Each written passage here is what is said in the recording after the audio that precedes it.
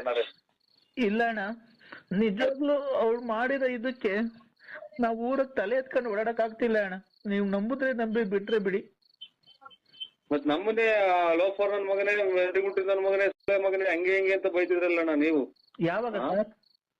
ಹಿಂಗ್ ಮಾಡ್ಬಿಟ್ಟಲ್ಲ ನಮ್ಮ ಗಂಡನ್ ಬಿಡಿಸಿ ಹಂಗೆ ಹಿಂಗೆ ಏನೇನೋ ಬೈದ್ರಲ್ಲ ಸರ್. ನಾವೇನ ಹಂಗ್ ಮಾತಾಡಿದ್ ಒಂದಿನ. ಖಂಡಿತ ನಾವ್ ಯಾವತ್ತೂ ಮಾಡಿಲ್ಲ ಸರ್, ದಯವಿಟ್ಟು ಕ್ಷಮಿಸಿ.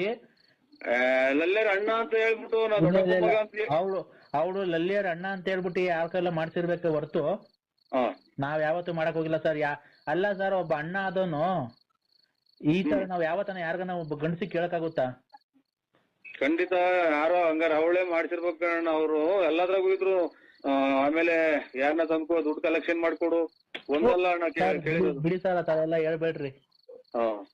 ನಮ್ಗೆ ಸರ್, ನನ್ ಮದ್ವೆ ಆಗ್ಬೇಕಾದ್ರೆ ಒಂದ್ ಹೆಣ್ಣು ಹುಡ್ಕ ಕಷ್ಟ ಪಟ್ಟಿದೀವಿ ಅಂದ್ರೆ ನಮ್ ತಂದೆ ತಾಯಿ